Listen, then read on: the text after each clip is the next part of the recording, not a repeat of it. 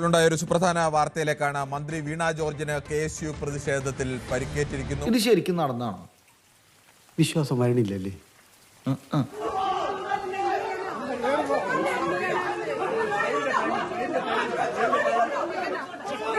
നീ ആരടാ എന്നോട് എതിർക്കാൻ? ഇങ്ങോട്ട് ഇറങ്ങി വാടാ എടപ്പാളി. അഹങ്കാരത്തിന് കയ്യും കാലും വെക്കുക, എന്നിട്ട് പെണ്ണെന്ന പേരും.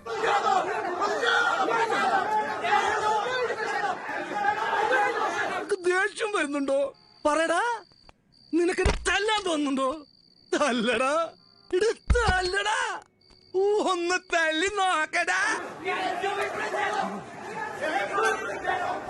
ഇത് മതി, ഇത് ധാരാളം മതി, എന്തെങ്കിലും മതിയല്ലോ.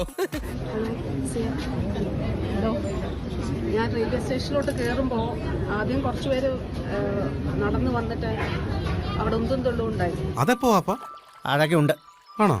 എന്നാ കണ്ടില്ല. നടന്നു വരുമ്പോഴാണ് എനിക്ക് ഈ കഴുത്തിന്റെ ഇവിടെ നല്ല പെയിൻ ഉണ്ട്.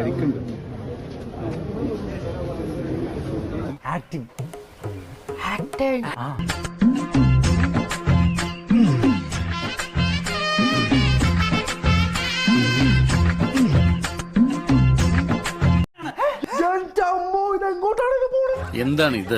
എന്താണിത്? മന്ത്രി പറഞ്ഞത് എന്താണ്? ഇന്ന് റെയിൽവേ സ്റ്റേഷനിൽ വെച്ച് കൈക്ക് പരിക്കേറ്റു എന്ന് പറയുന്നു.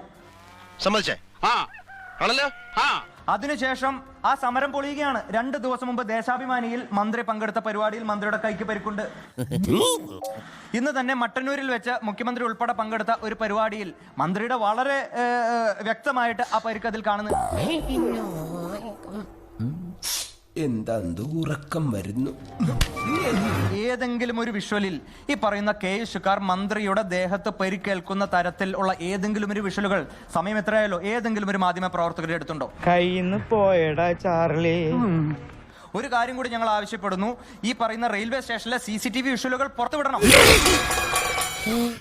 ഇത്രേ ഉള്ളൂ ഞങ്ങളുടെ ബുദ്ധി. ചീറ്റി പണ്ടാറൊടുക്കി പോയി. എന്നാ ഞങ്ങൾ അങ്ങ് ഇറങ്ങട്ടെ. ആയിക്കോട്ടെ, സന്തോഷായി. സബ്സ്ക്രൈബ് ചെയ്തേക്കണേടാ. പൊന്നു മോനെ.